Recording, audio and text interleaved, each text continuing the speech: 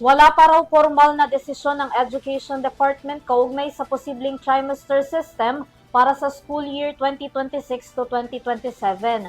Sumasailalim pa raw ito sa masusing pag-aaral, lalo na't may kakulangan pa rin sa mga silid-aralan, welfare ng ating mga teachers. Narito ang aking report.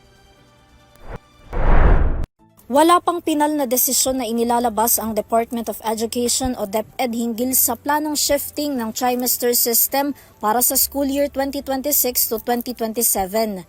Yan ang binigyang linaw ng ahensya kasunod ng ilang alalahanin ng publiko at mga mambabatas kaugnay sa usapin lalo na ang kakulangan ng mga silid-aralan at kapakanan ng mga guro.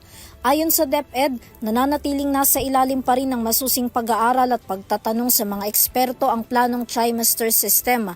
Lahat daw ng mga rekomendasyon mula sa kanilang stakeholders, education official at iba pa ay ikinukonsidera nila bago magdesisyon kung ipatutupad ito.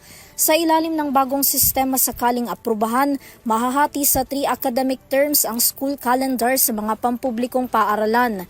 June hanggang September ang first trimester, September hanggang December ang second trimester at January hanggang March ang third trimester o katumbas ng 201 school days. Sabi ng DepEd, hindi nito maaapektuhan ang kasalukuyang curriculum at subjects. Layon daw ng sistema na mas maibuhos ng mga mag-aaral ang kanilang atensyon sa academic activities sa loob ng paaralan. Una na ring sinabi ni Education Secretary Sani Angara na nilalayon ng trimester system na magkaroon ng mas komprehensibong reforma sa school calendar. Mas maging maayos ang kalidad ng pagtuturo ng mga guro habang nababawasan ang kanilang workload.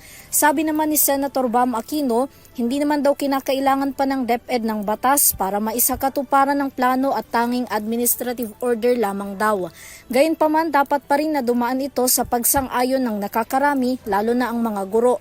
Samantala, matatandaan na nagkaroon ng kagawaran ng edukasyon ng consultation na isinasa publiko naman nila ang timeline para sa kaalaman ng publiko.